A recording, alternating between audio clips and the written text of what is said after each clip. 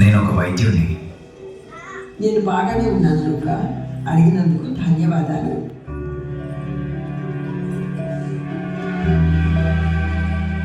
లూకా, యోహాను, మరియా. యేసు గురించి ఎన్నో విన్నాను. ఆయన చేసిన అద్భుతాలు, ఆయన చూపిన కరుణ.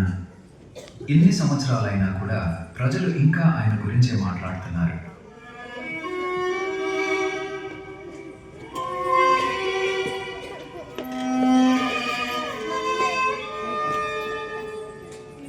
ఆయన నిజంగా ఎలా ఉండేవారో తెలుసుకోవాలని ఉంది. ఆ సత్యాన్ని మీ నుంచే వినాలని నేను ఇక్కడికి వచ్చాను.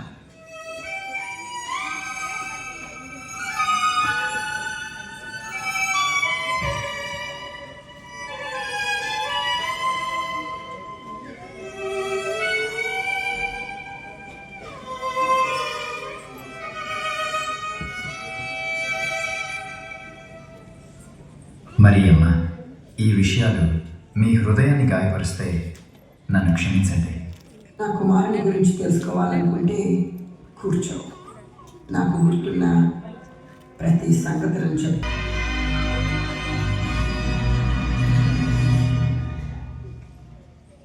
ఆ రోజుల్లో నజరేతు ఎలా ఉండేది?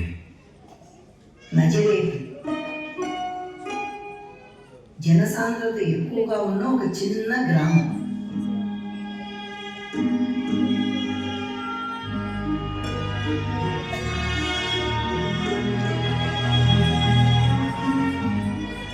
ఎక్కడ చూసినా రాతి ఇళ్ళు, ఒలీవల తోటలు, అంజూరపు చెట్లు.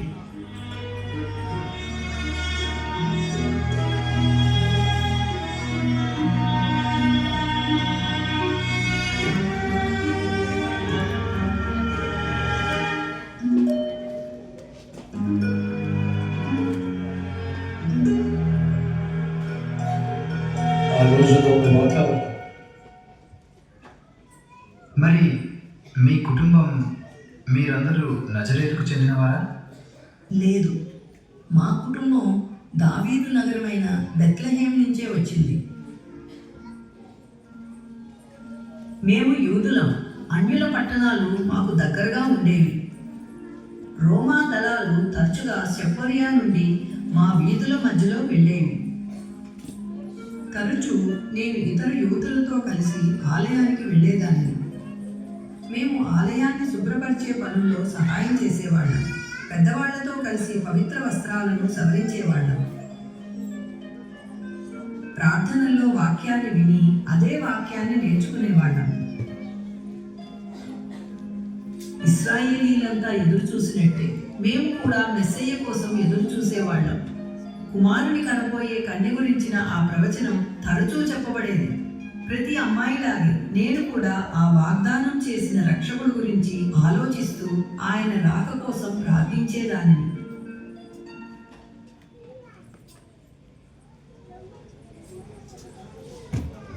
అది ఎలా మొదలైంది? నేను మా ఇంటి ప్రాంగణంలో అమ్మ అన్నకు సహాయం చేస్తూ ఉన్నాను. అప్పుడు నా తండ్రి యోయాకీం నన్ను పిలిచి,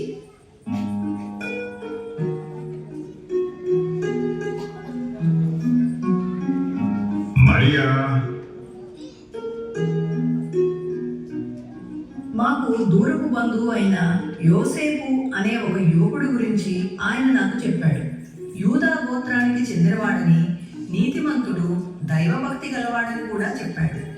ఇరువైపుల కుటుంబాలు మాట్లాడుకుని నా నిశ్చితార్థాన్ని యోసేపుతో నిర్ణయించారు.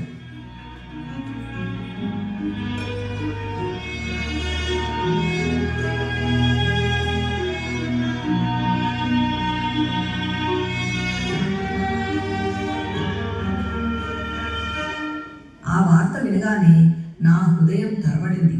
అయినా నేను అంగీకరించాను.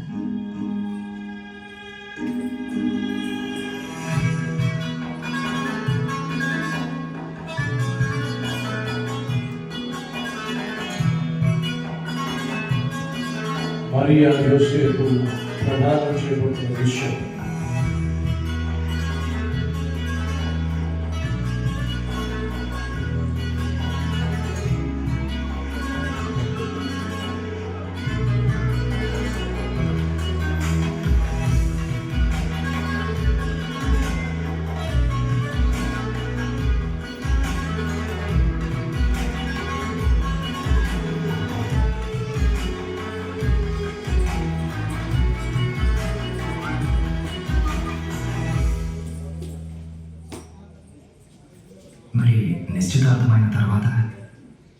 నేను ప్రాంగణంలో ఒంటరిగా పిండి రుబ్బుతున్నాను. అప్పుడే ఒక్కసారిగా ప్రకాశమైన కాంతి ఆ చోటు మొత్తాన్ని నింపేసింది. భయపడకు మరియా, నీవు దేవుని కృప పొందితివి. నీవు గర్భవతివై సర్వోన్నతుని కుమారుని కందువు. ఆయనకు యేసు అని పేరు పెట్టుదువు. పరిశుద్ధాత్మ నీ మీదికి వచ్చును. సర్వోన్నతుని శక్తి నిన్ను కమ్ముకొనును. ఆ శిశువు పరిశుద్ధుడై ఉండును.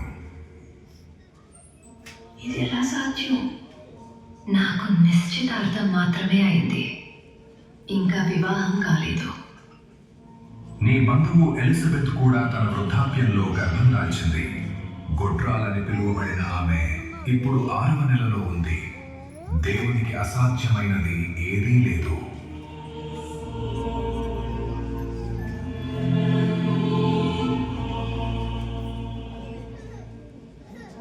ఆ మాటలు నా హృదయంలో లోతుగా నాటుకుపోయాయి లూకా.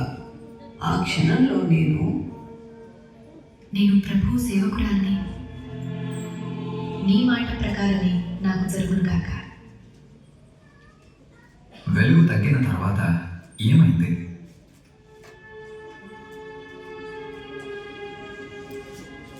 రోజులు గడిచే కొద్దీ నా శరీరంలో ఏదో మారుతున్నట్లు నాకు అనిపించింది.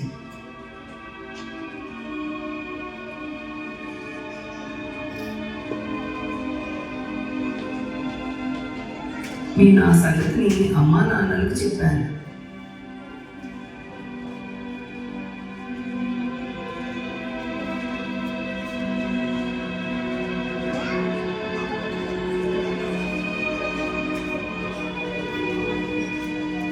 వారు అర్థం చేసుకోవడానికి ప్రయత్నించారు. అయినప్పటికీ వారి కళ్ళలో భయం, ఆశ్చర్యం స్పష్టంగా కనిపించాయి. ఊళ్ళో వాళ్ళంతా గమనించడం ప్రారంభించారు. నన్ను భిన్నంగా చూడడం మొదలుపెట్టారు.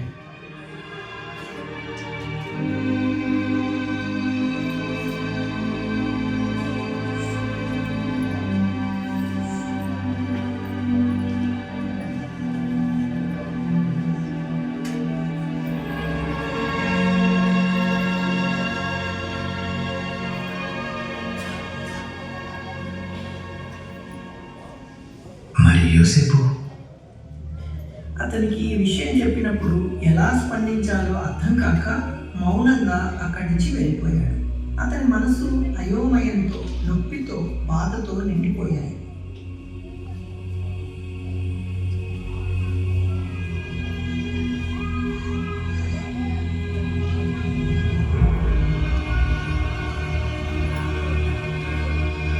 యోసేపుకి మధ్య కదా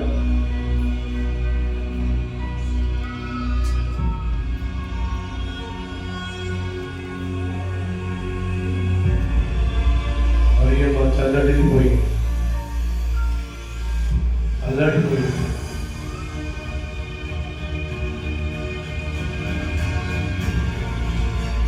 ఇద్దరు యవనస్తుల హృదయాలు అల్లడిపోతున్నాయి. ఆ తర్వాత ఏం జరిగింది? వచ్చే ఆదివారం